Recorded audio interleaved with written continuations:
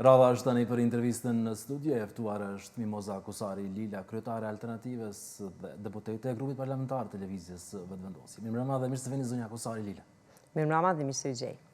E djela vendimtare po afron zonja Kusari Lila, a do të bëhet apo jo qeveria Kurti 3? Kjo është pyetja vendimtare dhe që shumë kush pyet për këtë. Po, janë më pak se 48 orë që në ndajnë nga seanca e tashme e caktuar dhe eftuar për ora 10, ditën e diel, 26 shtator, dhe pritjet janë që të kemi një qeveri nga mandatari kryeministri aktual, zotëri Kurti, e cila pritet i marrë të paktën 61 vota.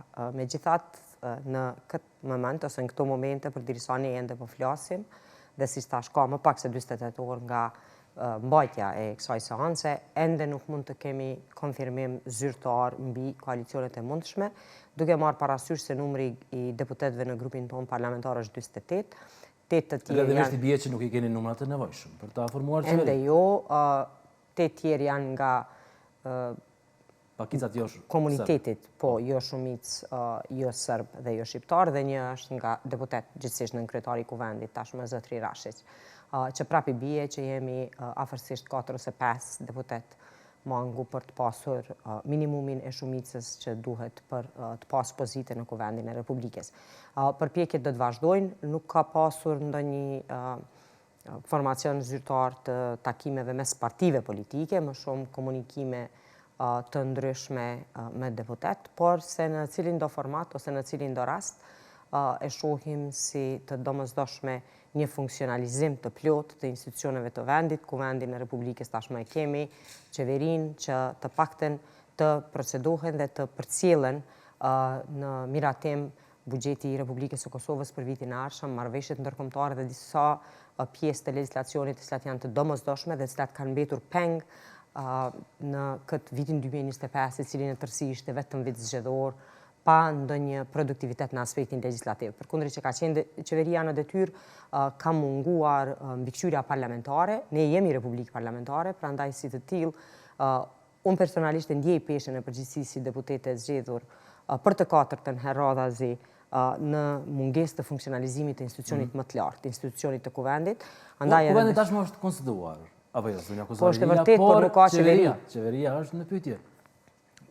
Po nuk ka qeveri dhe për këtë po them që kuvendi mori prej prillit, 15 prillit, kur ishte seanca e parë, deri në fillim të këtij muaji kur u përmbyll i gjithë procesi konstituimit edhe me nënkryetar të kuvendit, kishim disa herë mas të vendosur nga 2 herë mas të vendosur nga gjykata kushtetuese në raport me procesin e votimit. Kemi pasur kërkesa të vazhdueshme të partive të deri tashmë opozitare për gjykatën kushtetuese për interpretime, ka pasur mungesë të marrjes së përgjegjësisë. Ka një ankesë akoma të listës serbe që është në shqyrtim. Po, e cila ende nuk ka ndonjë efekt e cili mund të parandaloj procesin, që nuk e besoj që tashmë do të ketë. Ditët zyrtarisht kanë përfunduar edhe ditët e punës, kur edhe gjykata bën publikime të vendimeve të saj, prandaj mund të llogarisim që deri të dielën shkojmë pa ndonjë urdhër të them të gjykatës në raport me procesin e votimit të qeverisë. Dhe cili është plani i vetëvendosjes pra për të dielën? Si do të rrjedh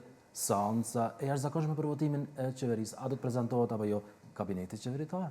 Po, natyrisht, seanca ka vetëm një pikë, është seanca e jashtëzakonshme, është ftuar me 40 nënshkrime të deputetëve të grupit tonë parlamentar, për shkak se domethënë nuk kemi arritur që të kemi një thirrje të rregullt të seancës, e cila me rregullore të kuvendit duhet 72 orë përpara, siç është e paraparë, 72 orë që ka kaluar tashmë, prandaj kemi mbledhur 40 nënshkrime sot, kemi dorëzuar dhe janë proceduar ato.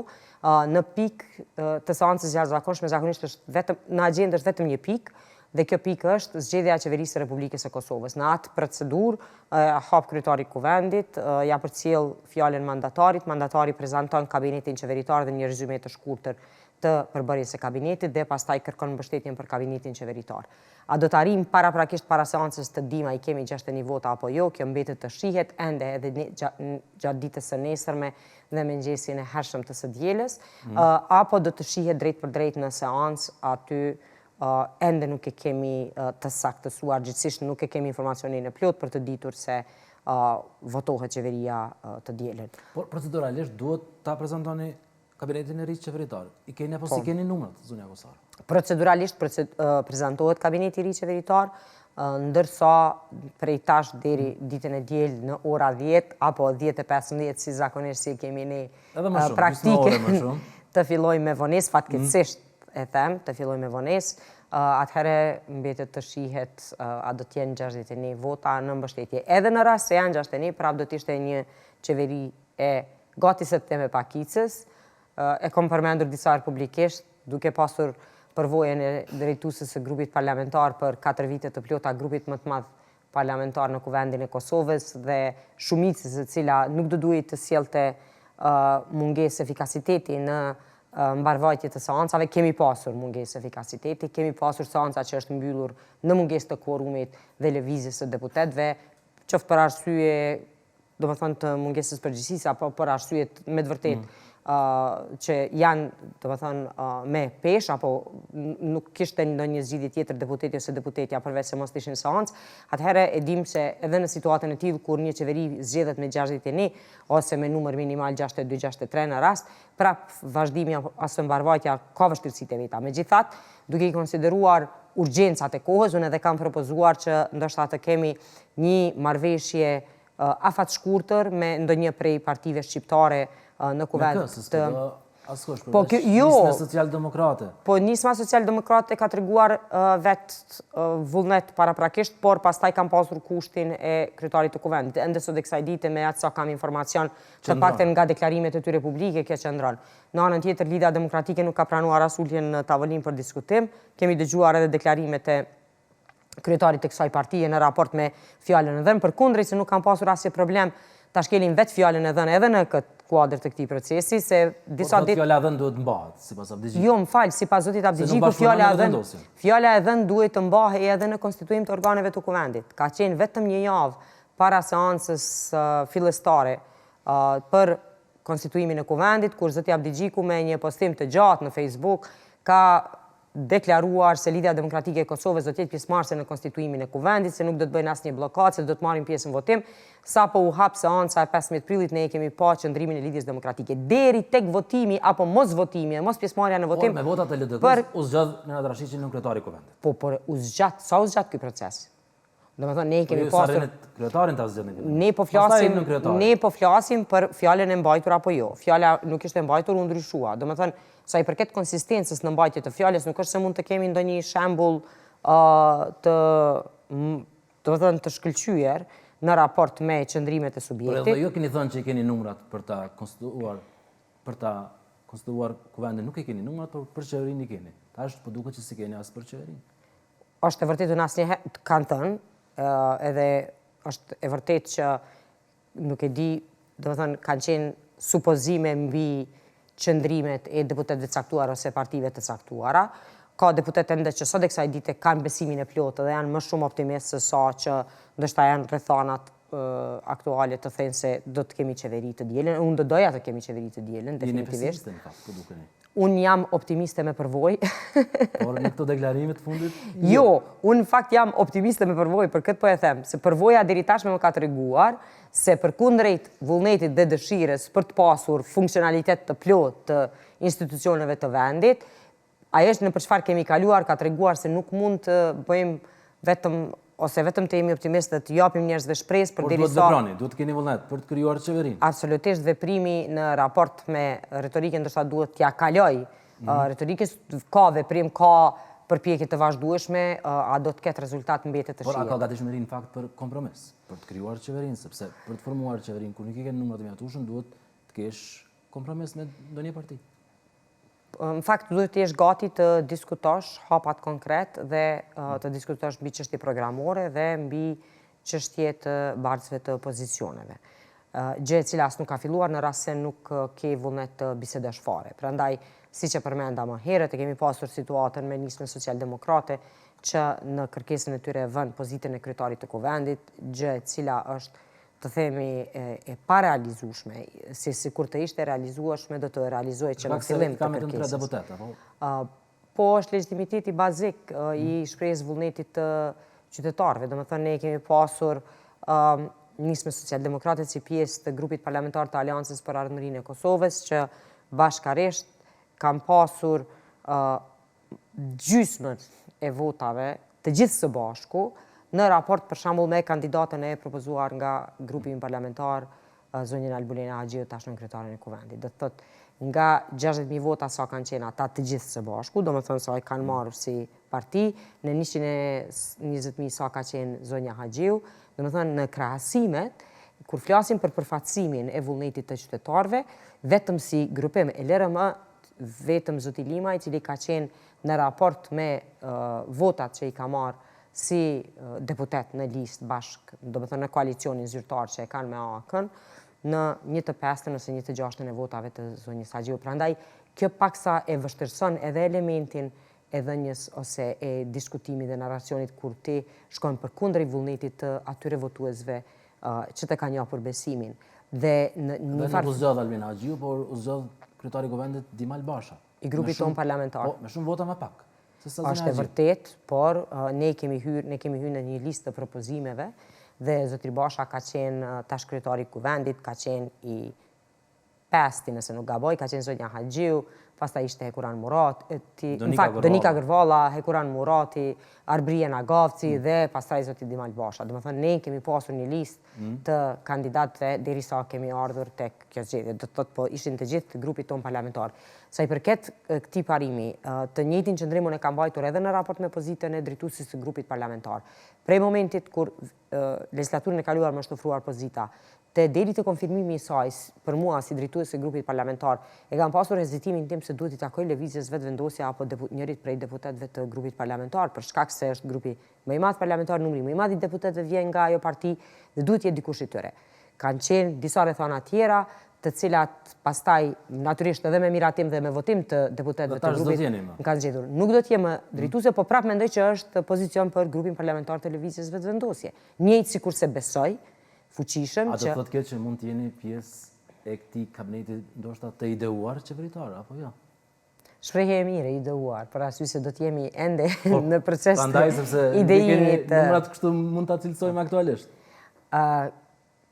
Të them të drejtën, kushtrim unë asnjëherë në këto vite, domethënë është legjislatura e tretë që jemi në bashkëpunim me lëvizjen vetëvendosje, nuk kam pasur asnjë kërkesë personale. Domethënë është zoti Kurti, zotri Konjusa dhe gjithë të tjerët që mund ta konfirmojnë këtë në raport me pozicionin aktual. Kam refuzuar pozitë ekzekutive deri në momentin kur kam pasur akt akuza aktive. Do thotë edhe në vitin 2020, edhe në vitin 2021, për shkak se unë kam marrë, domethënë, besimin e qytetarëve të Republikës për 100 deputete, me numër dhe mbështetje gjithmonë në rritje të votave, por kam qenë duke u ballafaquar me një proces ligjor që lidhej me funksionin tim si ministre në një periudhë para 13 viteve. Dhe përderisa kam pasur atë çështje ligjore, kam refuzuar. Domethënë një herë më është ofruar pozita ekzekutive, të cilën e kam refuzuar në qeverinë Kurti 1. Nuk e kam kërkuar dhe në diskutime ka qenë në kombinim, domethënë kemi biseduar me kryeministrin Kurti, nuk ka asgjë definitive, ka qenë propozimi i tij prap. Nuk ka pasur në këtë përbërje të re, pra. Në përbërje të re, por nuk ka pasur asgjë definitive, prap nuk ka asnjë insistim nga ana ime. Por nëse ja kërkon zoti Kurti, ju do të ta pranonit kësaj radhe, apo jo? Meqenëse s'keni akt akuzë aktive, nëse nuk ka bëj. Jo, nuk kam. Fatmirësisht, nuk kam, edhe pse edhe ajo që u mbyll ishte me të vërtetë, do të thënë tregon shumë dobësi për sistemin ton të drejtësisë dhe mënyrën se si mund të përfundosh me akt akuzë dhe me proces gjyqësor dhe pastaj të shpallesh i pafajshëm me dobësi serioze. Pra nuk do ta refuzon. Them të drejtën, do të varet shumë nga vetë konstelacioni, nga mënyra se si e sheh zotri Kurti përbërjen e qeverisë. Nuk kam... Apo nëse do të jetë qeveria fat shkurtër, nuk do ta pranon? Jo, nuk ka të bëjë me mandatin. Ne jemi në një mision të përbashkët. Domethënë, unë e përmenda se arsyeja që s'kam kërku pozicion është se jemi rreshtuar për një kauzë të përbashkët e cila shkon përtej interesit personal apo përtej pozicionimit personal. Domethënë, në kuptim a është më e preferueshme pozita ekzekutivit apo pozita legjislativit. Unë kam qenë në për të dyja. Në fakt, kam kaluar në për 3 nivelet e qeverisjes. Kam qenë, siç e dini, kryetare e komunës, ministre, zëvendës kryeministre dhe deputete tashmë 3 mandate radhazi. Ajo periudhë po, me emëruar politike shumë më herët, domethënë 22 vite më herët.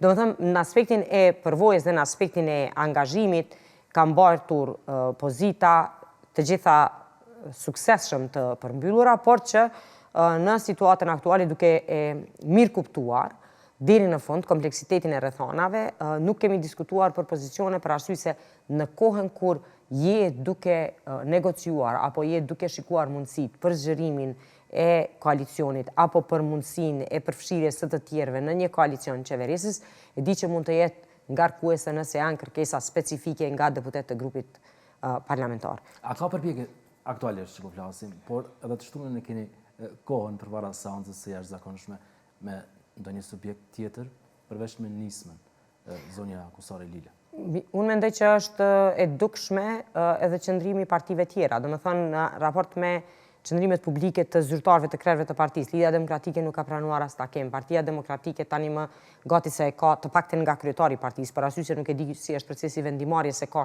kompleksitet natyrës tjetër atje, po kanë deklaruar se janë ose po përgatiten për zgjedhje të jashtëzakonshme, se shohin se nuk ka hapësirë ose mundësi për qeverinë, ndërsa Aleanca nga disa formacione tash që janë grup parlamentar me 5 deputet, kanë deklaruar se nuk kanë votë për qeverinë. Në fakt, edhe Vendosi pa përjashtuar se ndaj PDK-s dhe AK-s. Kjo është fakt. Po s'kanë qenë komunikime të lehta as dialogim i lehtë. Përkundrejt që më duhet të përjashtoj PDK-n për shkak se sa herë janë ftuar për të biseduar për procesin në kuvend, kanë qenë prezent, kryetari me Emli Krasniqi, me kryeministrin Kurti, dhe këtë duhet vlerësuar, do të thotë është diskutuar mbarvajtja e seancës, janë diskutuar proceset, kemi pasur takim të përbashkët për shumicën me 2/3 për marrëveshjet ndërkombëtare, do të thotë ka pasur qëndrim paksa më ndryshe në raport me zotin Haradinaj dhe zotin Abdigjiku, që as nuk kanë ardhur fare në takim, ose kanë mbajtur qëndrim diametralisht të kundërt në raport me çfarë do komunikimi, që në vetvete tregon një formë të pasigurisë.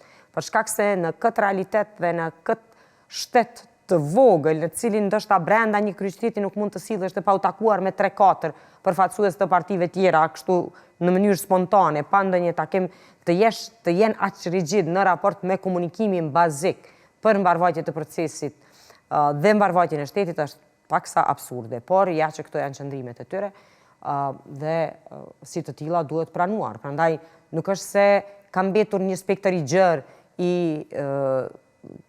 eksponentëve politik të pa kontaktuar. Në koalicion për ASPD. LDK ka pasur zyrtarisht edhe ftesë nga zotri Kurti, siç i keni dëgjuar, siç po i dëgjojmë çdo ditë, deklaratat nuk kanë pasur. Por është cilësuar jo serioze. Nga natyre. Nga natyre, kërkesa ose ftesa e zotit Kurti. Nuk e di me çka masin ata kutin e seriozitetit në raport me ftesat të tilla, po unë mendoj që ftesa jo vetëm se ka qenë serioze, por ka qenë edhe përmbajtësore në raport edhe me të ardhmen edhe pozicioneve të tjera. Do me thënë, ne kemi jo më larg se disa muaj në ndajnë nga fundi ose përmbyllja mandatit të presidentes së vendit, dhe është një proces tjetër si mund të provokojë zgjedhje me njëherë. A mund të ketë diskutime, pra, qoftë me LDK-n, me ndonjë subjekt tjetër, ku përfshihet edhe çështja e zgjedhjes së presidentit? Me që deri në shkurtimin e darshëm duhet të përfundohet gjithçka. Jo, unë mendoj që në këto momente tashmë është ezauruar koha për të hyrë në marrëveshjet e natyrës së tillë, për shkak se unë besoj që nëse hyjmë në diskutime të tilla duhet pak më tepër kohë. Nuk mund t'i bëjmë në marrëveshjet që janë bërë dikur marrëveshjet natës, ose në gjysmën të natës është arritur një koalicion, nuk e besoj që është e tillë, po flasim për funksionim të qeverisë. Pra, po flasim vetëm për një qeveri që mund të bëhet me numra të jetë të ngushtë, pra. 60 të 1 ose 2. Që që një cilin do rrethan një qeveri është e mëse domosdoshme për të kalu ligjet bazike dhe për të mbajt funksionimin e shtetit aktiv. Do me thonë, në cilin do rrethan një qeveri e cila dërgon bugjet në kuvend, e miraton bugjet, e cila pregadit dhe përcjell kuvendit, listën përveç disa marrëveshje ndërkombëtare që tashmë kanë qenë në kuvend, por i kthehen prapë qeverisë që duhet të ridërgohen, është plani i rritjes, janë disa marrëveshje tjera të cilat janë projekte të infrastrukturës bazike dhe strategjike që duhet miratuar. Dhe këto për mua nuk kanë ngjyrime politike. Këto janë domosdoshmëri, absolutisht. Këto janë të partisë fituese. Po ne po e themi këtë dhe po e kërkojmë këtë edhe po ju tregojmë edhe grupeve parlamentare, po ju tregojmë edhe partive politike. E kemi bërë edhe më herët, kur ka pasur nevojë për diskutim me subjektet politike për marrëveshje ndërkombëtare. Dhe kjo është një praktike përhershme në kuvendin e Kosovës. Se nëse mendon dikush se një pozitë mund t'i ketë 80 vota gjatë gjithë kohës si shumicë të thjeshtë, mendoj që kemi kaluar prej atij realiteti shumë larg, domethënë nuk është se e shohim në afërsi, përveç ndonjë koalicioni shumë të gjatë që është paksa e vështirë të mendohet në rrethanat aktuale. Prandaj në këtë kur ka pranuar që formimi i qeverisë së re është i vështirë, proces i vështirë, ka quajtur që ka inate, xhelozi, po ashtu është atmosfera është helmuar, është bërë toksike. Kush bëri këtë atmosferë? Unë nuk du ta bëj gjyqtarin, por ajo që ka inate dhe deklarimet e vazhdueshme të partive politike në arsyeshmërinë pse nuk ulen me lëvizjen vetëvendosje në diskutim, në arsyeshmërinë se është thënë kjo, se është thënë ajo fjalë në një moment të caktuar, shkojnë në kundër efekt në raport me përgjegjësinë që i kemi, interesin e vendit dhe në raport me veprimet e tyre më herët. Do thotë ka pasur akuza shumë të rënda mes partive politike ku lëvizja vetëvendosje nuk ka qenë pjesë. Ka pasur akuza për vrasje të periudhës së pas luftës për eksponentë të njërës parti, në këtë rast Lidhjes Demokratike, nga subjektet që kanë dalë nga krahu i luftës. Dhe prap janë ulur dhe prap kanë krijuar koalicione dhe prap kanë votuar krerë të lartë të shtetit. Dhe të thuhet ose të përmendet në vazhdimsi deklarata të cilat janë thënë në fushat ose në përmbyllje të fushatës, pas shpalljes së rezultatit të nga zoti Kurti, po, ose nga eksponent tjerë, ose nga përfaqësues të lëvizjes vetëvendosje, ose partive tjera ne që jemi në koalicion me lëvizjen vetëvendosje. Shkon mbi peshën e përgjegjësisë që e kemi ne. Pse kam thënë prej seancës së 7 ose 8, kur dështonim në votim të komisionit për votim të fshehtë që duhet të shkojmë në zgjedhje. Se aty në seancë ti e kupton që përderisa deputetët në mes vete e kanë mungesën bazike të besimit. Ajo është bazike njerëzore, komunikimi, përshëndetja, diskutimi, trajtimi i situatës, se ne nuk shkojmë aty vetëm për veten, unë po e përmendi, nuk është kjo çështje në përmbushje të ambicieve tona personale. Në situatën e tillë qëndron jashtë politikës, ose do duhet të qëndrojë. Është legjitime pas një ide mbi atë se ku është e vete në 5 vite të ardhshme ose çfarë do doje të kishe, por në rrethanat në të cilat jemi ne dhe në rrethanat në të cilat vazhdimisht po ka një dinamik të pa kontrolluar në një farë forme mbi atë se çka na sjell e ardhmja, të projektohen pozicionet individuale, qoftë për kryetar kuvendi, qoftë për kryeministër, qoftë për, domethënë, të partive që janë e treta ose të partive që i kanë 3 deputet. Po të merret seriozisht nuk do të zgjatë kaq shumë. Formimi i institucioneve. Natyrisht, për atë po e them.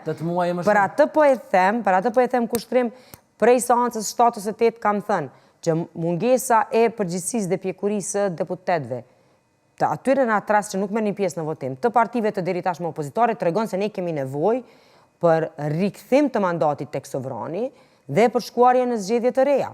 Dhe ta kuptojnë që kjo nuk ka të bëjë me atë se cili është urdhri i subjektit të tyre për votim ose mos votim, por ka të bëjë me përgjithësinë që është një proces i thjeshtë. Dhe sikur ata të merrin pjesë në votim, dhe sikur të ishin të qartë që nuk donin përmes votës ta tregonin se konsiderojnë që komisioni me votim të fshehtë nuk është në përputhje me kushtetutën, andaj votojnë kundër dhe ai rrëzohet dhe kthehemi në votim të hapur.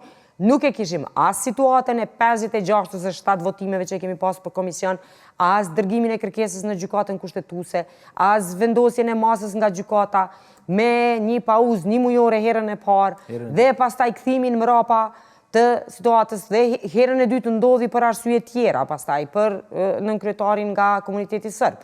Dhe krejt këto të tregojmë papjekurinë e një kaste politike në tënësi. Tërsi, pa përjashtim. Ne në këto situata asnjëherë nuk kemi abstenuar nga votimi. Ne kemi marrë pjesë në votim. Kemi votuar për kundër abstenim. Kemi votuar kundër kandidatëve edhe për herën e parë nga përfaqësues të listës serbe. Kemi qenë aty, kemi votuar kundër. Sërresh presni reflektim nga partitë ish opozitare. Jo, reflektim, ne nuk tashmë me të them të drejtën, ai mund të ketë reflektim të individ të caktuar nga këto parti. A është edhe kwestionimi, në fakt, që të bëni një deputet të caktuar? Po, nuk është ideja të bindim, është ideja nëse janë të bindur vetë, se besoj që fëmijë nuk janë asnjëri, as të papjekur nuk janë. Nëse ka deputet nga partitë deri tashmë opozitare që e kanë ndjerë që në situatën cilën është vendi, nuk është ajo për çfarë kanë ngaruar, qoftë për herë të parë ose për herë të 10, se di ka deputet me mandate të, domethënë, disa herë që kanë qenë. fatkeqësisht disa prej tyre po tregojnë që s'janë pjek më shumë se kanë kaluar në për shumë mandate, siç e patëm rastin e zotit Zemaj sot. Përkundër që nuk i di të gjitha rrethonat ose nuk janë parë. Jo, më fal. Një gjë duhet të thënë.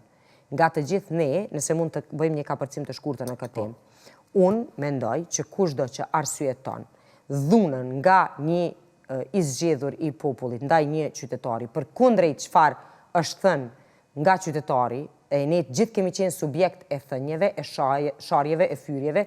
Unë kam pasur raste edhe kur kam nisur procedurë penale ndaj individëve të caktuar për sharje, fyrje dhe kanosje, por asnjëherë dhunë fizike.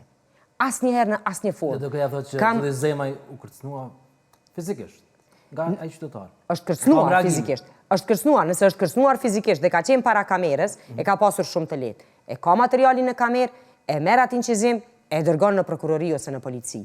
Ne na ka ndodhur të gjithë vetë të kemi. Unë kam pasur reagime kundër dhunës edhe ndaj gazetarëve që atë botë e sot e kësaj dite çdo ditë kanë gojën plot sharje, fyrje dhe mizogjeni në studio.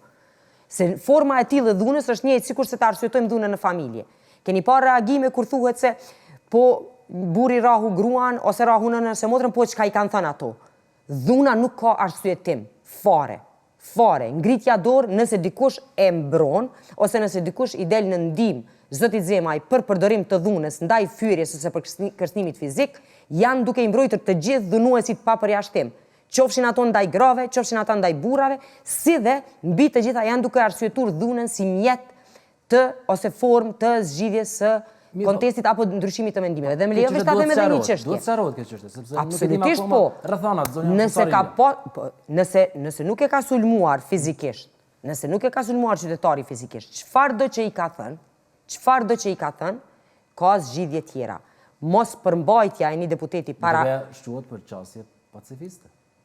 Ato duhet ta ngrisin ata shumë më seriozisht se sa që e pash sot duke ardhur në studio reagimin e tyre. Për arsye se po marr parasysh, po flas, jam një grua në politikë, subjekt i dhunës së vazhdueshme, verbale, dhunës online, me argumentime jo të mia, të shoqërisë civile, të vlerësimeve, të projekteve të cilat i bëjnë që i qesin listën e grave më së shumti të fyera ose gjuhën mizogjene që përdoren online. Megjithatë, kanë kontribuar ndoshta ato komunikimet. Cilat komunikime? Ato që kanë qenë telefonike. Jam duke folur për dhunë të vazhdueshme sistematike që ndodh. Komunikimet telefonike të cilat ju i referoheni kanë edhe zgjidhje të cilat shumë më e lehtë të argumentohen përmes rrugëve ligjore apo edhe përmes diskutimit. Absolutisht dhuna është e papranueshme. Tash në këtë situatë, kushdo që i del në mbrojtje një deputeti që e përdor dhunën si reagim ndaj fjalës fyerse, njëkohësisht po barazohen me dhunuesin. Po ne s'mund ta bëjmë verdiktin pa e ditur. Nuk mund ta bëjmë verdiktin, por më tregoni ju mua se cila fjalë meriton dhunën fizike nga deputeti. Sa shamje e fyrje kanë deputetët. Përndryshe, kjo është edhe një argumentim për vetë zotin Zemaj, i cili vazhdimisht lëshon fjalë në seancë të kuvendit. Vazhdimisht kushdo që është në foltore, ky do të ndërhyjnë ose do të lëshon fjalë. Unë tash është kjo hapësirë që dikush fizikisht ta sulmoj zotin Zemaj pse ai ofendon në seancat kuvendit? Jo, natyrisht, asnjëherë. Jo atë pa askënd. Ne mund të mos pajtohemi, mund të diskutojmë sado, por fyerja dhe përdorimi i dhunës fizike është totalisht e papranueshme. Kaluam tek këtë temë, por do të mbetemi akoma tek qeveria e re. Jo, kjo ishte shumë e rëndësishme për të thënë, për shkak se duhet edhe përgjithësi. Ishim duke diskutuar për këtë. Po. Natyrisht. Po përmendni, po insistoni se opsioni më real mund të jenë zgjedhjet e reja të jashtëzakonshme. Po, absolutisht unë mendoj që janë zgjedhjet e jashtëzakonshme zonja Kosari Lila. Për arsye se duhet sovrani sot të verifikoj ose të tregoj se cili është në fakt mendimi ndaj situatave dhe pozicioneve të partive politike.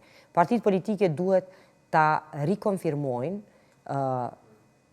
pozitën, përqindjen që e kanë marrë nga zgjedhjet e 9 shkurtit mbas gjithë kësaj se çfarë ka ndodhur gjatë vitit 2025. Ne po i afrohemi fundit të vitit, zgjedhjet kanë qenë me 9 shkurt, zgjedhjet e kaluara janë shpallur, zgjedhjet e përgjithshme nacionale janë shpallur në gusht të vitit të kaluar, takimet nëse nuk gaboj gjithsesht takimet kanë qenë në mesin e gushtit, 13 gusht, javën e parë të gushtit, 13 gusht ose 14 gusht janë shpallur zgjedhjet, deri me 30 gusht kanë qenë afatet për koalicione e kështu me radhë. Do të thotë ne një vit i plot e më shumë kalendarik ka shkuar në frymën e mbajtjes së zgjedhjeve për legjislaturën e 9. Sa ndryshonte konfiguracioni politik?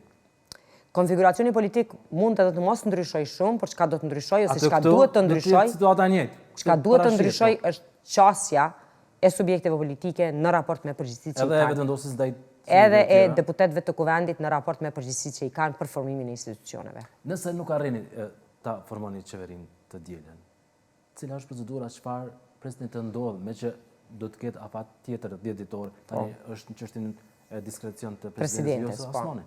Ajo natyrisht mbetet në diskrecion të presidentes, janë 10 ditë prej seancës së parë, gjithsesi përpjekjes së parë të mandatarit të parë, dhe pastaj nëse ka dhe situatë në të cilën partitë politike në këtë rast, ose mund t'i kthehet partisë së parë për një përpjekje të dytë, ose mund t'i kthehet partisë së dytë, dhe partia e dytë mund të thotë se nuk e ka shumicën, që para se të ezaurohet dhe ditëshi presidenti ati thret krerë të partive politike në diskutim për caktimin e datës për zgjedhjet e jashtëzakonshme, me që rast në automatizëm shpërndahet kuvendi, gjithsesi legjislatura e 9 dhe caktohet një datë për zgjedhjet e jashtëzakonshme, e cila parashihet që prej 30 deri në 40 ditë prej datës, do të thënë duhet të mbahen prej datës së shpalljes së zgjedhjeve. Dhe duket që as opozita s'është fare e unifikuar për të votuar për të formuar një qeveri të re. Pra, thoni që opsioni më real janë zgjedhjet e jashtëzakonshme. Ajo ka qenë në vazhdimisht, siç e përmenda më herët, edhe qëndrim, unë mendoj që është edhe zgjidhja më kredibile në raport edhe me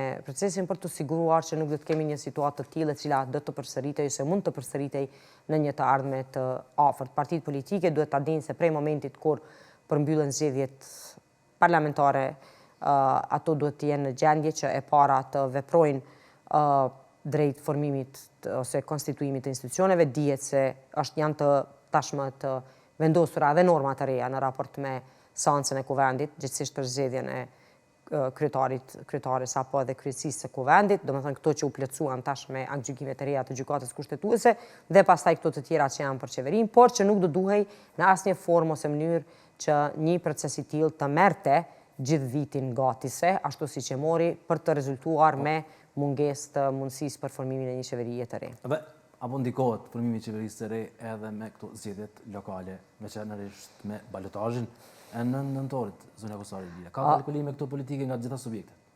Po pashmangshëm që ndikohet. Do të thotë se gjitha partitë e vrejnë se cili është konotacioni ose se cili është për afrimi. Kemi parë situatën e ndodhur në Vushtri dhe reflektimet e menjëhershme të sa të bën nga Lidhja Demokratike e Kosovës, përkundër se kishim deklarata tjera nga përfaqësues të LDK-s atje, sidoqoftë nuk du të hyj në menaxhimin politik të atij subjekti, por ajo çka, domethënë në komentet, por ajo çka është evidente ishte se menjëherë unë besoj që kanë qenë reflektime mbi atë se si do delte në balotazhin që besoj. A besoni që ka qenë dini zoti Avdixhiku? Apo nuk du të bëj asnjë aludim, kjo është çështje e tyre, në fakt me sa di edhe zoti Tahiri ka pasur të caktuar deklarim apo intervistë për këtë çështje që nuk e kanë përcjell, sidoqoftë mbetet shihet se sa dhe në çfarë forme dhe sa do të jetë ndikimi komplet i këtij procesi në numrat për ta përfshirë edhe LDK-n. Jo, asesi, si mund të jetë kjo? Sepse marrëveshjet lokale janë normale, realisht kështu do duhet të ishte.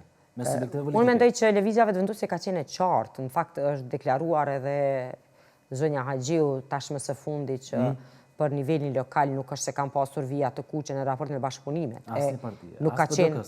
Po nuk ka qenë as më herët, domethënë kemi pasur situata të tilla në Gjilan. Po, ku lëvizja vetëvendosje ka bashkëpunuar me këto parti dhe po shihet se në kuptimin edhe të votimit elektorati bën votime ndryshe në zgjedhje nacionale dhe në zgjedhje lokale. Dhe kjo është për të përshëndetur në raport me pjekurinë politike të qytetarëve të Republikës, se do të thotë e bëjmë vlerësimin e kandidatit për kryetar, nuk e bëjmë vlerësimin e liderit të partisë. Po do të thotë flasin ose deklarohen për ato se çfarë ata besojnë ose mendojnë që mund të jetë drejtuesi më i përshtatshëm, them, ose për ta më i pranueshëm në nivelin lokal. Dhe tashmë kjo pashmangshëm në raport me perceptimet për koalicionet e mundshme ose për nivelin e kombinimeve midis lëshimit PEN në nivelin qendror dhe lokal, kalem pak, do më thënë, një farshie se mund të ketë diçka të tillë. Përkundrejt se... Shumë kush e ka menduar si test, ndoshta, ai koalicioni në Voshtre. Jo, them të drejtën, neve na ashtën edhe në takimin me grupin parlamentar që asnjë themi negociem ose marrëveshje në nivelin lokal nuk bëhet në këmbim ose në kurriz të nivelit qendror. Do thotë, e përmenda edhe një herë, proceset janë të ndara, niveli lokal ka pasur tjera programe në kuptimin e, domethënë, dinamikave lokale, ndërsa në nivelin qendror kanë qenë disa procesit tjera. Dhe nënkuptohet që kemi të bëjmë me agenda të natyres krejt tjetër në nivelin qendror në raport me nivelin lokal. Do të ishte shumë mirë që secila parti natyrisht të kishte koherencë në raport me programet, por që është parë që vlerësimi i qytetarëve për nivelin lokal në raport me nivelin qendror ka qenë ndryshe. Dhe kemi parë në disa palë zgjedhje këtë ndryshim ose këtë themi pozicionim për votën për partitë të caktuara në komuna që ka ndryshuar komplet nga ajo se si kanë votuar në zgjedhjet nacionale. Vetëmendosje në këto zgjedhje mori rezultatin më të mirë sa ndonjëherë tjetër duke fituar tri komuna në vitet tjera në balotazh. Por me që keni qenë kryetare e Gjakovës, atje do të ketë balotazh mes dy ardianëve, Ardian Xhinit dhe Ardian Golës. A janë gjasat për përmbysje të rezultatit apo jo? Unë sinqerisht shpresoj se do të ketë ndryshim në qeverisin komunale në Gjakovë. Jam në mbështetje të plot në të kandidatit nga lëvizjave të vendosje, profesorit Ardian Gola. Kam punuar me të për 4 vite si drejtuese e grupit parlamentar, ai si kryetari i Komisionit për Arsim, Shkencë dhe Teknologji, Kulturë, Rini dhe Sport. Kam pasur një portfol me të vërtet të gjerë, e di dedikimin, përkushtimin e tij, seriozitetin, profesionalizmin dhe integritetin e tij, por gjithashtu edhe ka nevojë një ndryshim përmbajtësor për Gjakovën. Do të thotë Gjakova si disa prej komunave në Republikën tonë, përfshi edhe kryeqytetin, kanë ra peng të themi projekteve private, ndërtuese, betonizimeve të mëdha, mos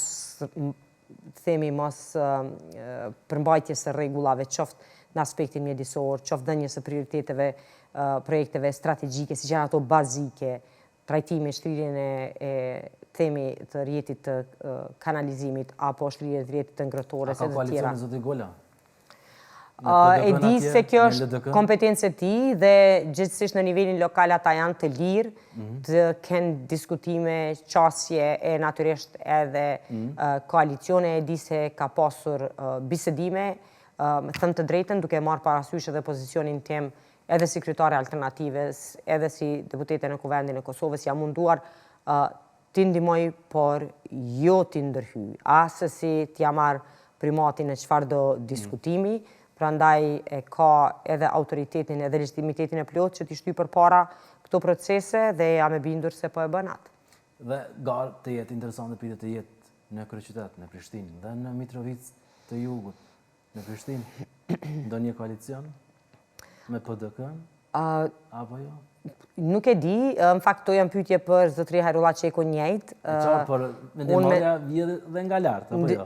Por shiqoni, nëse Partia Demokratike e Kosovës në nivelin lokal në Prishtinë ka bërë fushat për ndryshim dhe tashmë mbështet ose mendon ta mbështet për Parim Ramen, atëherë nuk flasim për asnjë ndryshim, flasim për kalkulim të pastër politik. E gjithashtu edhe prezenca e vetë kryetarit aktual të Prishtinës bashkë me nënkryetarin e partisë në Tiranë, bashkë me themi djalin e ish-presidentit Thaçi, bashkë me kryetarin e Skenderajit Sami Lushtaku, bashkë me deputetin djalin e Sami Lushtakut Mërgim Lushtaku, do të thënë të gjithë së bashku, ishte një pamje që shkonte përtej motivit të tyre për protesten. Përtej kësaj thoni? Absolutisht po. Që në mbrojtje kundër padrejtësive që u bën ndaj shkretëve të Po, sa herë më parë i kemi parë ne së bashku ka qenë edhe në Prishtinë në këtë formacion. Po, ka qenë pak para kryetar i komunës që ka krijuar zyre për veteranë. Po, ka qenë pak para fillimit të fushatës për zgjedhjet lokale. Zyra është themeluar më herët. Po, nga komunës Prishtinës. Por dua ndalem edhe në tjetër. Po flasim për një rrethanë në të cilën jo shumë kryetar të komunave edhe të subjekteve tjera, do me thonë nuk e kanë pasur, nuk janë munduar ta prezentojnë atë fotografi. Do me thënë të jemi të qartë. Po flasë për fotografin që është parë, sa ty ka qenë prezente edhe kryetari i rikonfirmuar tashmë i Drenasit, zoti Ramiz Ladrovci. Do me thënë, ka pasur edhe përfaqësues të Aleancës për Admërinë e Kosovës pas, kush nuk u bë, nuk u mundua të jap fotografinë në të cilën kryetari i Prishtinës nga radhët e LDK-s, në kryetarin e Prishtinës nga radhët e LDK-s, të jenë në krah që në fakt i bie që të gjitha ato argumentime se nëse votoni për Urani Ismailin, votoni për Samir Lushtakun dhe idetë dhe projektet e tij në Prishtinë, po dalin të jenë të sakta. Se do të thotë as zoti Ismaili e as krerët të Partisë Demokratike nuk u pan aty afër përparim Ramës, por u pan këta që në fakt pritej të marrin vendimin për atë se si mund të jetë vota e qytetarëve të komunës së Prishtinës për balotazhin në nëntorit. Krejt në fund duhet diskutojmë edhe për atë që pritej në fakt. Në komunat veriore është rikthimi i kryetarëve të komunave nga komuniteti serb, përkatësisht nga lista serbe. Mund të ndryshoj situata atje me ardhjen e tyre në krye të komunave apo jo? Po natyrisht që ardhja në krye të komunave e përfaqësuesve të listës serbe nuk kupton mos ndryshim të situatës në raport me qeverisjen komunale. Por çfarë ka ndryshim përmbajtësor atje është prezenca e institucioneve të Republikës, prej institucioneve të sigurisë deri te institucionet të cilat miren me administrimin, gjithsesi përsëdimin e kërkesave të grupeve të caktuara, prej pensionistëve, prej administratës tatimore, prej zyreve të shtetit të cilat nuk kanë qenë ekzistente atje, tek lëvizja lirë, tek largimi i gjithë bandave kriminale dhe strukturave paralele, tek vendosja e stacioneve policore dhe prezencës së policisë edhe nga komuniteti shqiptar, edhe nga komuniteti serb dhe komunitetet tjera prezente, tek vendosja e simboleve të shtetit ton atje dhe lëvizja lirë e qytetarëve. Heqjen e tyre, simbole.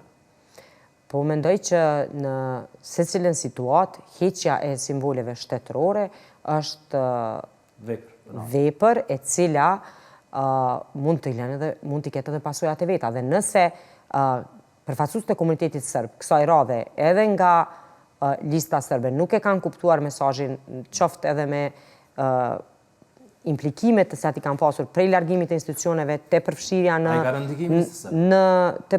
në protesta të dhunshme, barikada e kështu me radhë, edhe deri te sulmi terrorist i Banjskës, atëherë ata mendoj që e kanë të qartë se nuk ka më kthim rapa në situatën para si ka qenë deri në si ka rënë listës serbe. Në fakt nëse shqon edhe votat për listën serbe vrejmë se ka një rënje. Kaluarën kishte fitore të 19%, tash 67%. Tash ka, po, domethënë një rënje prej 20% dhe kjo në fakt është situatë e cila nuk ishte më parë, e para dhe e dyta që për herë të parë lista serbe në një komunë shkon në balotazh me një parti tjetër serbe. Që unë besoj që të kemi ende më shumë subjekte tjera nga komuniteti serb. Ne i shohim në kuvendin e Kosovës, për shembull, kemi pasur 3 subjekte nga komuniteti bosnjak, 2 subjekte nga komuniteti turk, subjekte të ndryshme nga komuniteti rom, ashkali dhe egjiptas. Do të thotë se në hapësirën ku ka pasur edhe ka liri veprimi, në Kosovë duhet të jetë çdo ku njëjtë. Organizimet politike bëhen natyrshëm dhe bëhen sipas preferencave. Ka pasur, ju e dini, ka pasur krime të partisë, pastaj bashkim ose ndarje, por ka pasur përfaqësues të ndryshëm. Prej formimit të listës serbe ka pasur vazhdimisht intens të centralizimit të veprimit edhe të vullnetit politik të serbe, që është në dëm të demokracisë për ta. Prandaj, edhe kjo çfarë po ndodh, po shihet se ka një lëvizje në aspektin pozitiv të demokracisë, nuk po them në një kuptim negativ për komunitetin serb, por të uljes së ndikimit të Beogradit, që është për t'u përshëndetur dhe unë uroj që të gjithë bashk, edhe si komunitet shumicë ju mundsojmë që të ketë demokraci dhe natyrisht që edhe komuniteti serb pse mos të ketë disa subjektet me të cilat përfaqësohet. E kemi rastin edhe me zotin Rashić që për herë të parë nga 10 deputet ra lista serbe në 9, një mandat u marr nga partia e zotit Rashić. Urojmë që të kemi ende më shumë të komunitetit serb, por nga parti tjera. Për shkak të kohës, falenderoj shumë zonja Kosare Lile, kënaqësi t'ju kisha në studio pas një periudhe të gjatë, apo jo? Faleminderit shumë kushtrim për ftesën dhe ja që rrethana të bën të tilla dhe erdha në një moment shumë kritik edhe për zgjedhjet që na presin. Falenderoj shumë edhe një herë. Të nderuar shikues, këtu e mbyllim këtë edicion bashkë. Shihemi në emisionet e radhës. Natën e mirë, mbetësh.